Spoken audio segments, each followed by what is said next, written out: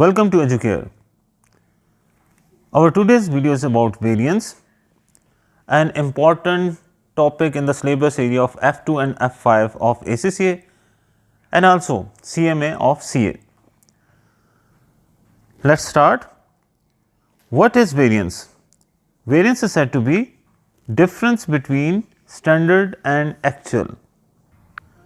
And variance analysis is said to be a process by which total difference between standard and actual results are analyzed. Variance is majorly classified as sale variance and cost variance. Means जो standard आपने sales के हवाले से set किए हैं, cost के हवाले से सेट किए हैं, उन्हें एक्चुअल रिजल्ट के साथ कंपेयर किया जाता है और उसके डिफरेंस को एनालिसिस जो है वेरिएंस एनालिसिस कहलाता है. सो फर्स्ट हम बात करते हैं सेल्स वेरिएंस के बारे में. Sales variance is further classified as sale price variance and sales volume variance.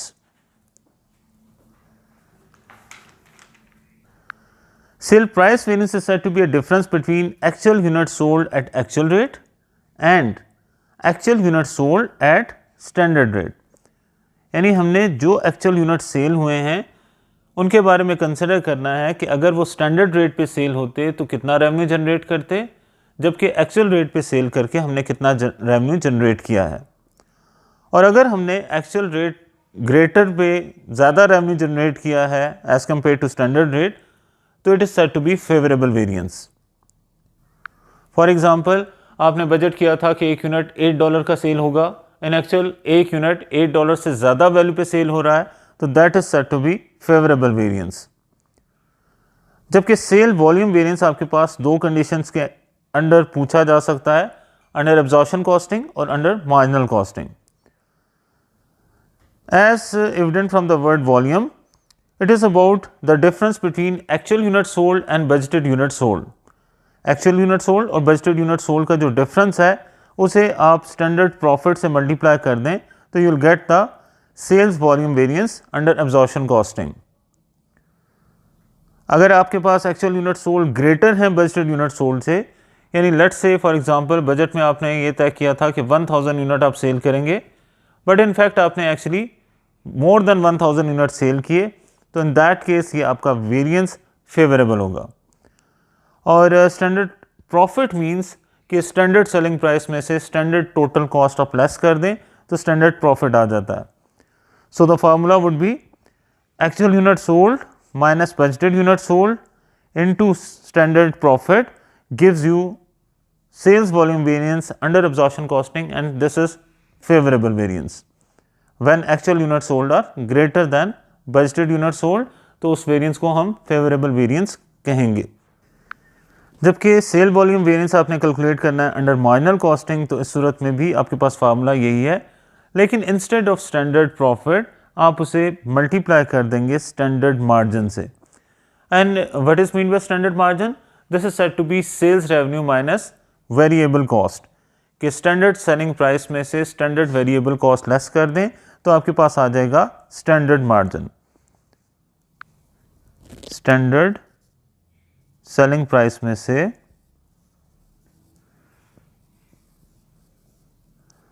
अगर आप माइनस कर दें स्टैंडर्ड वेरिएबल कॉस्ट तो ये आपके पास स्टैंडर्ड मार्जिन आ जाता है.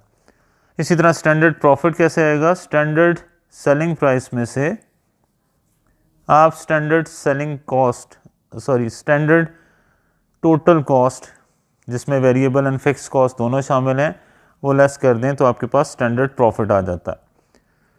तो अब इसे कंसिडर करते हैं with the help of an example. In this example we have been given budgeted sales revenue of 2,50,000. Standard selling price per unit is $12.5. Standard contribution per unit is given as $5. Actual sale volume 19,500, यानी actual कितने unit sell किए हैं? ये 19,500 unit sell किए हैं. Actual sale revenue हमने जो earn किया दैट इज 2,57,400. सो फर्स्ट हम कैलकुलेट करते हैं about sales price variance. Sales price variance में हमने ये कंसिडर करना है कि एक्चुअल जो यूनिट हमने सेल किए हैं ये अगर स्टैंडर्ड सेलिंग प्राइस पे सेल किए जाते तो कितना रेवेन्यू जनरेट होता और इन एक्चुअल हमने इस पर कितना रेवेन्यू जनरेट किया। तो एक्चुअल सेल्स रेवेन्यू तो आपके पास गिवन है, actual sales revenue which is a product of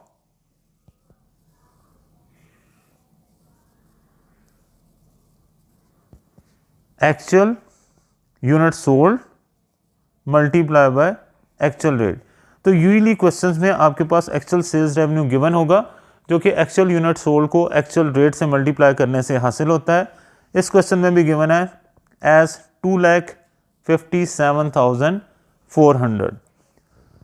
अब हमने इसमें से इसे कंपेयर करना है एक्चुअल यूनिट सोल्ड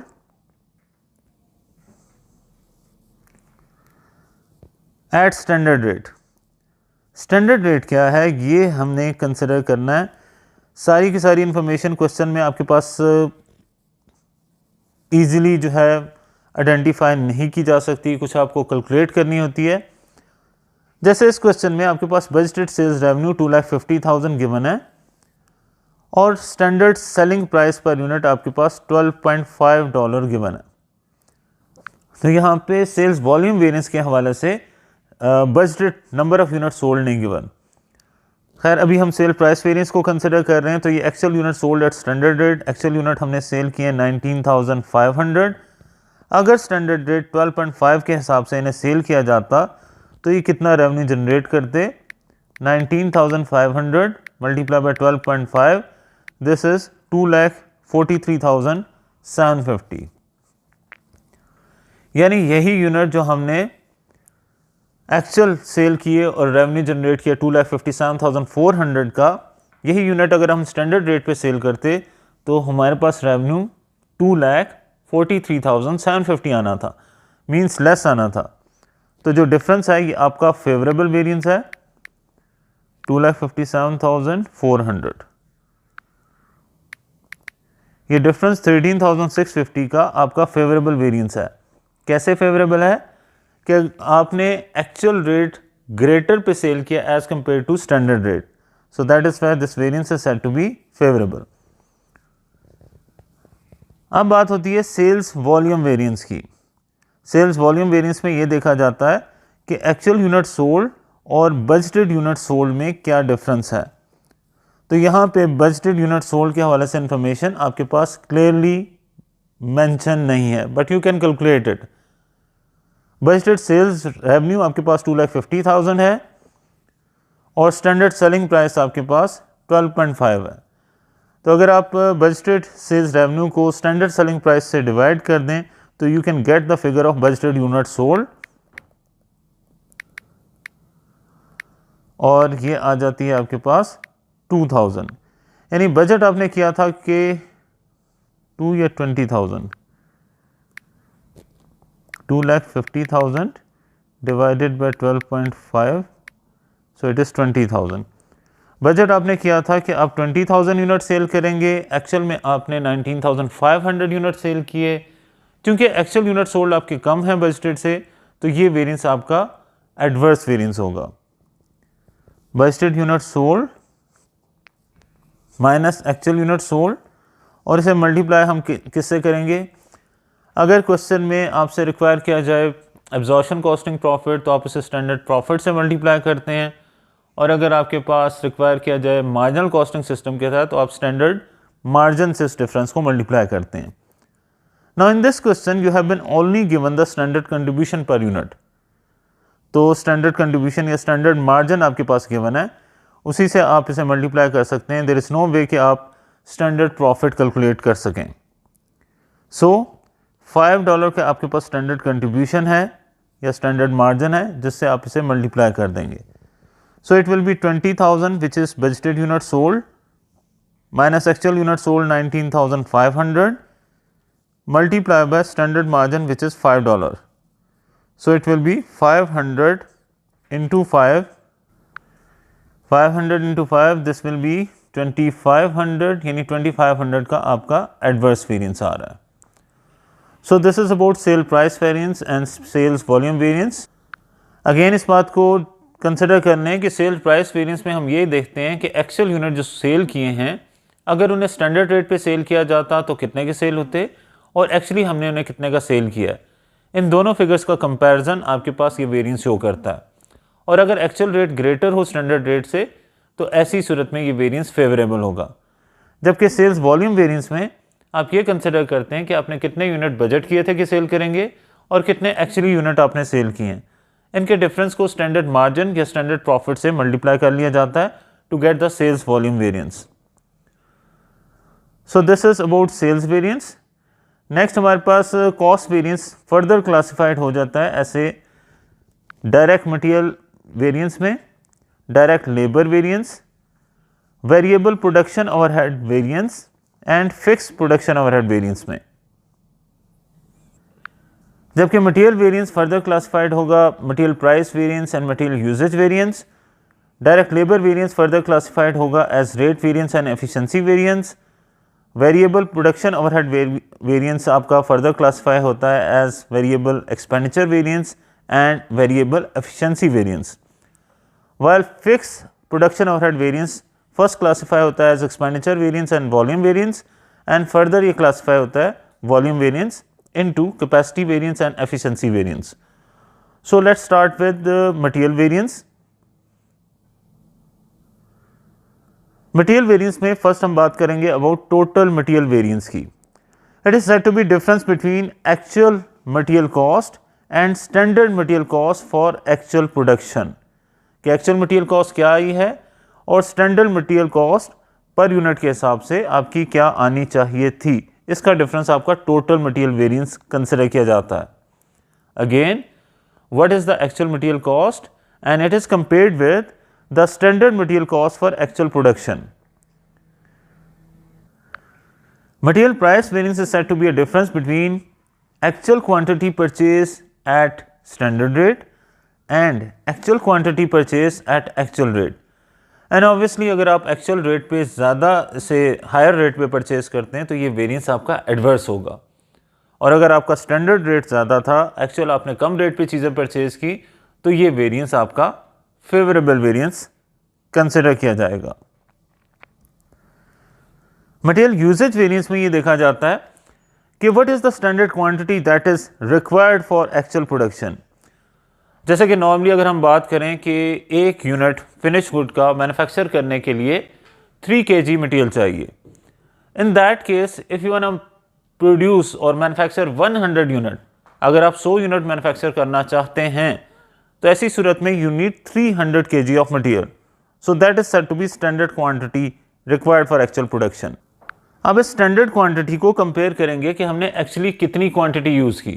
300 kg अगर आपके लिए स्टैंडर्ड क्वांटिटी है that should be use to produce 100 unit, तो आपने 100 यूनिट मैन्युफैक्चर करने के लिए एक्चुअल कितनी क्वांटिटी यूज़ की।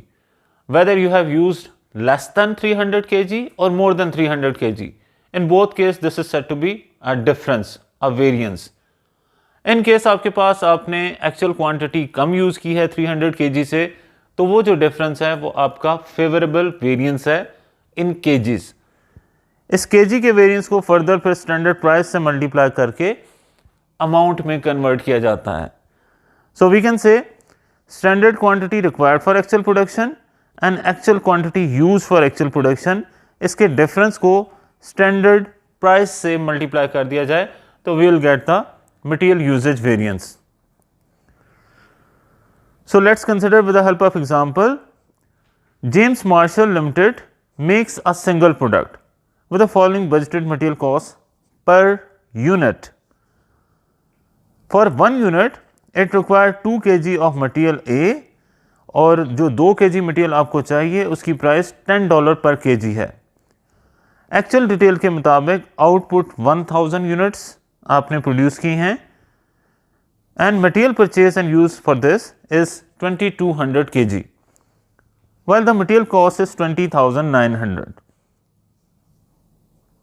तो सबसे पहले हम मटेरियल टोटल वेरिएंस कैलकुलेट करते हैं which is said to be so material total variance के लिए क्या देखा जाता है, actual material cost and standard material cost for actual production.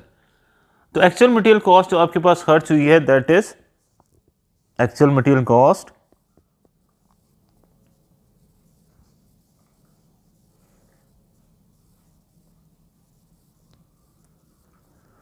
ये आपके पास 20,900 खर्च हुई है। और स्टैंडर्ड मटेरियल कॉस्ट क्या खर्च होनी चाहिए थी? अगर एक यूनिट मैन्युफैक्चर करने के लिए $20 आपके खर्च होते हैं, तो 1000 यूनिट प्रोड्यूस करने के लिए कितनी स्टैंडर्ड मटेरियल कॉस्ट खर्च होनी चाहिए थी? If you want to produce 1 unit, it costs you $20. Then if you are producing 1000 unit, how much standard material cost is required to be incurred? And that will be 20,000. Again इस बात को समझ लें कि आपके पास एक्चुअल मटेरियल कॉस्ट तो given है कि 20,900 खर्च हुई है। अब हमें ये देखना है कि आपके पास स्टैंडर्ड कॉस्ट के हवाले से 1000 यूनिट प्रोड्यूस करने की कितनी कॉस्ट इन टोटल खर्च होनी चाहिए थी। So standard cost for producing 1 unit is 2 × 10, $20। एक यूनिट को प्रोड्यूस करने की स्टैंडर्ड कॉस्ट क्या है? $20।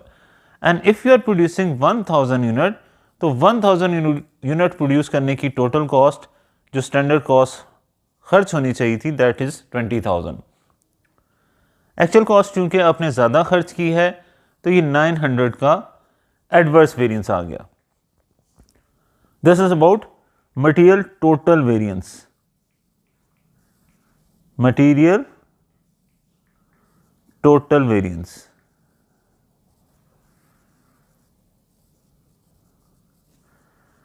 सेकेंड हमने कंसिडर करना है इसका further break down, material price variance and usage variance. For price variance हमें ये कंसिडर करना है कि जो 2200 kg हमने मटेरियल यूज़ किया है, how much material we have used? 2200 kg। अगर ये 2200 kg मटेरियल हम स्टैंडर्ड प्राइस $10 पर यूनिट के हिसाब से खर्च करते, तो ये टोटल कॉस्ट खर्च होनी चाहिए थी $22,000। As we have used 2200 kg material, what is the standard cost of this 2200 kg material? This will be 2200 into 10, 22,000. But in actual we have spent 20,900 on purchase of 2200 kg of material.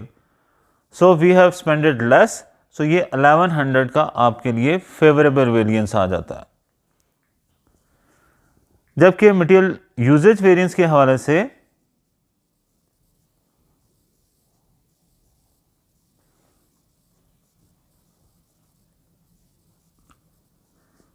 to produce 1000 unit we need how much material? अगर एक unit को produce करने के लिए 2 kg material चाहिए, तो 1000 unit produce करने के लिए कितना मटेरियल चाहिए? 2 kg into 1000, it requires standard material of 2000 kg to produce 1000 unit. But we have used in actual 2200 kg of material. Standard के मुताबिक एक यूनिट को प्रोड्यूस करने के लिए चूंकि 2 kg मटेरियल चाहिए, तो 1000 यूनिट प्रोड्यूस करने के लिए 2000 kg मटेरियल चाहिए था। But we have used 2200 kg of material, so 200 kg material हमने ज़्यादा यूज़ किया। That is said to be adverse variance in terms of quantity kg। और इसे अमाउंट में कन्वर्ट करने के लिए स्टैंडर्ड प्राइस, जो 1 kg की स्टैंडर्ड प्राइस है $10, उससे मल्टीप्लाई कर देंगे and we'll get the variance of 2000 adverse in terms of amount. So material total variance जो है, material total variance is a sum of material price variance and material usage variance. तो material price variance हमारा 900 favourable आया था और material usage variance हमारा 2000 adverse आया। तो इसको अगर नेट ऑफ करें तो ये एडवर्स वेरिएंस 1100 का बनता है, और यही हमारे पास टोटल वेरिएंस 900 का बनता है। क्योंकि आपके पास ये 1100 का मटेरियल प्राइस वेरिएंस है, तो एडवर्स वेरिएंस आपका नेट ऑफ करके 900 आ जाएगा, और यही 900 आपके पास adverse variance total material variance आया था। So this is about sales variance and material variance. In the next lecture, we will consider labor and variable variances, labor rate and labor efficiency variance, and variable expenditure and variable efficiency variance.